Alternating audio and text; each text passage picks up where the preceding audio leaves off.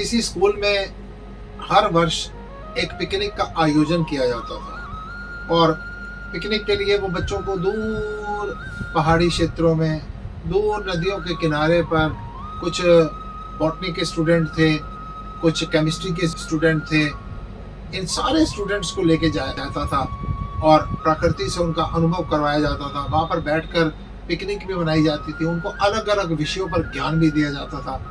अब अनाउंस हुआ कि फला फला डेट पर इस बार हम उस पहाड़ी पर पिकनिक के लिए जाएंगे और एक बस को अपॉइंट कर दिया गया।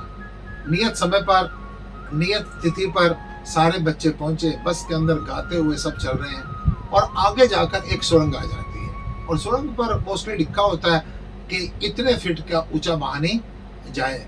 अब जो ड्राइवर था अपनी मस्ती के अंदर उस सुरंग के अंदर चला गया। अब जैसे अंदर गया 100-150 मीटर गया होगा कि बस फंस गई। अब सबने कहा कि ड्राइवर साहब ये क्या कर दिया, ये क्या कर दिया। ड्राइवर ने कहा नहीं, मैं तो अभी 6 महीने पहले भी होकर गया हूँ, इस सुरंग से मेरी दनादन करती हुई बस गई है। बड़ा विचार किया गया, इतनी तो सारे बच्चे भी नीचे उतर के आए, ड्राइवर भी नीचे उतर कर आया, वहाँ के लोग भी इकट्ठे हो गए। मैंने कहा कि मैं तो यहाँ से जाता रहता हूँ, मेरे साथ तो कभी ऐसी प्रॉब्लम आई नहीं, मेरी बस तो कभी फंसी ही नहीं। तो निष्कर्ष निकाला कि क्या हुआ। उन्होंने कहा अभी 1.5 महीना पहले इस सुरंग की जो सड़क है उसको पक्की करके थोड़ी सी 2-4 इंच उठाई गई है। तो हो सकता है पहले 2-4 इंच का ऊपर छत पर गैप था, सुरंग में निकल जाती थी, अब इसलिए वो निकल नहीं पाई।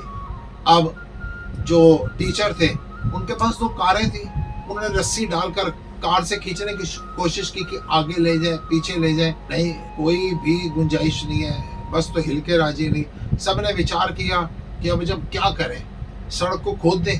थोड़ी थोड़ी सड़क को तोड़ने की तैयारी करते हैं। 50 बच्चे हैं, सारे युवा हैं, अगर थोड़ी थोड़ी सड़क को तोड़ेंगे तो बस आगे तो नहीं जाएगी लेकिन पीछे कम से कम निकल जाएगी। लेकिन इधर भी विवाद खड़ा हो गया कि कल को सड़क विभाग वाले आ जाएंगे, वो दिक्कत पैदा करेंगे। अब एक बच्चा उतरा, उसने कहा 1 मिनट मैं बोलूं। हाँ बोलो बोलो बोलो बेटा। कहता है एक काम कर दो। कहते क्या? कहता है इस बस के सारे टायरों में से ना थोड़ी थोड़ी हवा निकाल दो। अब जितने टायर थे थोड़ी थोड़ी हवा निकाली, वो बस चलने के काबिल तो रही, लेकिन जैसे ही हवा निकाली वो बस थोड़ी सी नीचे हो गई और बस आराम से निकल गई। इस छोटी सी कथा कहानी से पहला ज्ञान मिल रहा है, कभी भी जीवन में छोटा बच्चा समझकर कभी किसी को अज्ञानी नहीं समझ लेना चाहिए, मूर्ख नहीं समझ लेना चाहिए। कई बार बच्चे भी इतनी इतनी विद्वता की बात कर देते हैं ना कि जो बड़े से बड़ा ज्ञानी भी उनके आगे धाराशायी हो जाता है। छोटा सा दीपक कितनी लंबी यात्रा को कवर करने में सक्षम होता है। छोटा सा एक अंकुश वो हाथी को कैसे काबू में कर लेता है।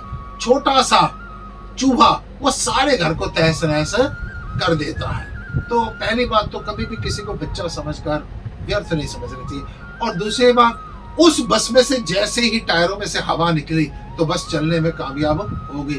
ठीक ऐसे ही हम अपने जीवन में अहंकार की हवा में भरे हुए हैं, घृणा की हवा में भरे हुए हैं। हमने ना जाने अपने आप को कितना 30 मार का समझ रखा है। हम हवा में उड़ते रहते हैं, हम समझते हैं हमारे जैसा कोई है ही नहीं। हवा में मत उड़ो, घृणा की हवा को निकालो, अहंकार की हवा को निकालो, बहस की हवा को निकालो, अपनी ज्यादा ज्ञान की हवा को निकालो, अपनी चालाकी की हवा को निकालो।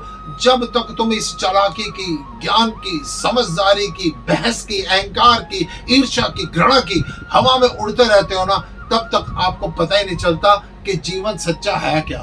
तब तक तुम स्मूथली इस जीवन की जो सुरंग है ना, उससे तुम रास्ता पार नहीं कर सकते।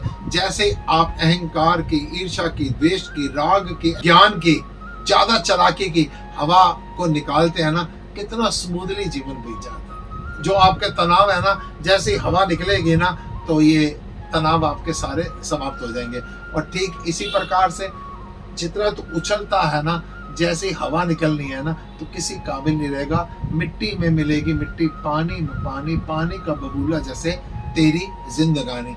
हवा से बचो, पैर हमेशा जमीन पर रखो। ओम।